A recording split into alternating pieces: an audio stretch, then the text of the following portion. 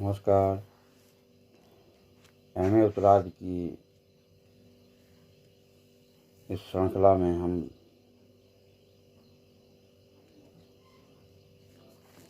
द्वितीय प्रश्न पत्र के कुरुक्षेत्र काव्य पर बात कर रहे हैं। आज हम कुरुक्षेत्र काव्य के आधार पर कवि के जीवन दर्शन पर चर्चा करेंगे। कुरुक्षेत्र में दिनकर ने अपने विचारों को बहुविधि आयाम देकर प्रस्तुत किया है। दिनकर उन कवियों में से हैं जो अपने जीवन और विचारों को ईमानदारी के साथ अपने काव्य में जाते हैं और जिनका काव्य उनके जीवन में देखा जा सकता है।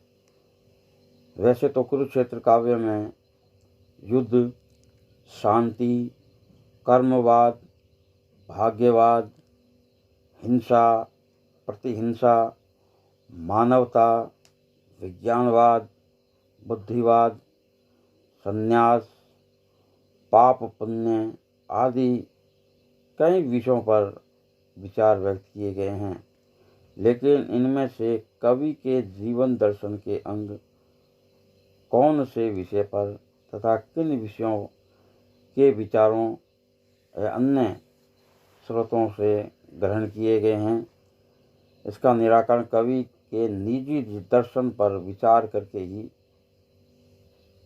मालूम किया जा सकता है। वैसे कवि ने खुद कहा है कि कुरुक्षेत्र न तो दर्शन है, न ही किसी ज्ञानी के मस्तिष्क का चमत्कार, अंततः वह तो एक शंकाकुल हृदय ही है जो मस्तिष्क के स्तर पर चढ़कर बोल रहा है। कवि की यह घोषणा संभव है शास्त्रीय दर्शन पक्ष के संबंध में ही है। कोई भी कवि स्वानुभूतियों और जीवन तथा जगत के विभिन्न पहलुओं पर अपनी ही विशिष्ट मान्यताओं को अपनी रचना में अभिव्यक्त करता है। यदि वह अपने निजी दर्शन के विरुद्ध किसी सत्य का समर्थन करेगा तो इसे धोखा ही कहा जाएगा। वह किन्हीं शास्त्रीय सिद्धांतों को कुरुक्षेत्र से व्यक्त नहीं कर रहा, अपितु अपने निजी जीवन दर्शन को ही अन्य काव्य की तरह इस काव्य में ही व्यक्त करता है। जीवन में आशावादी दिनकर कुरुक्षेत्र में अपने आशावादी जीवन दर्शन को प्रस्तुत करता है। काव्य का प्रारंभ युद्ध ध्वंस से उत्पन्न युधिष्ठिर की निराशा से होता है और समापन मनुष्य के उज्जवल भविष्य की शुभाकांक्षा के साथ। दिनकर में कहीं भी निराशा नहीं है। कवि को आस्था, राष्ट्रीय, ईश्वर, जीवन और मनुष्यता में अटूट है। ईश्वर में आस्था सृष्टि सृजन के सामर्थ्य के कारण है। वह ईश्वर सर्वनियंता और सर्वोपरि है। धर्मराज, क्या दोष हमारा, धरती यदि नश्वर है, भेजा गया समय ही आया न यहाँ कोई नर है। इसी प्रकार प्रकृति पेड़ पौधों पर नियंत्रण करती है, किंतु उस अनंत शक्ति परमात्मा का नियंत्रण प्रकृति पर भी है। प्रकृति कवि का यह मानना है कि प्रकृति ईश्वर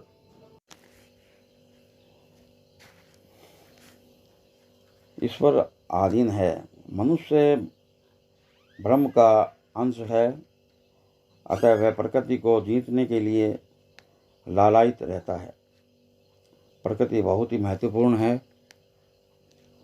आज विज्ञान ने उसके गर्भ से अनेक तत्व प्राप्त किए हैं और सभी उसके गर्भ में अनंत संपत्ति है, जिसका उपभोग मनुष्य कर ही नहीं सकता। इतना कुछ भरा है विश्व का कोश प्रकृति के भीतर। निज इच्छित सुख भोग सहज ही पा सकते नारी नर, सब हो सकते हैं तुष्ट, एक सा सब सुख पा सकते हैं, चाहे तो पल में धरती का स्वर्ग बना सकते हैं। नियतिवाद। कुरुक्षेत्र में दिनकर ने नियति में विश्वास व्यक्त किया है। ईश्वर का नियतिवाद भाग्यवाद नहीं है। नियति कुछ ऐसी शक्ति है जो अदृश्य रूप से अपना काम करती है। नर चीति होवे नहीं, हर चीति तत्काल। इस कहावत में जैसा ईश्वर विश्वास है, दिनकर ने कुरुक्षेत्र में ऐसा ही विश्वास नियति के प्रति व्यक्त किया है। मानव की इच्छा नियति के सामने बौनी रह जाती है। इच्छा नर की और फल देती उसे नियति है। फलता विष पीयूष वृक्ष में अकथ प्रकृति की गति है। दिनकर के कुरुक्षेत्र में नियति अनचाहे और विरुद्ध कार्य करने वाले प्रकृतिवाद शक्ति, जिसकी क्रिया पर मनुष्य का कोई वश नहीं चलता है। काल की गति।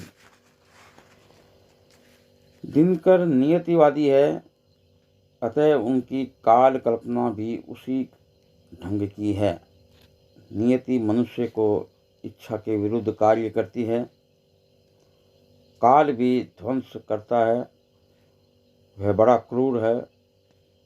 कवि का काल संबंधी दर्शन पूर्व कविताओं में भी इसी रूप में व्यक्त हुआ है।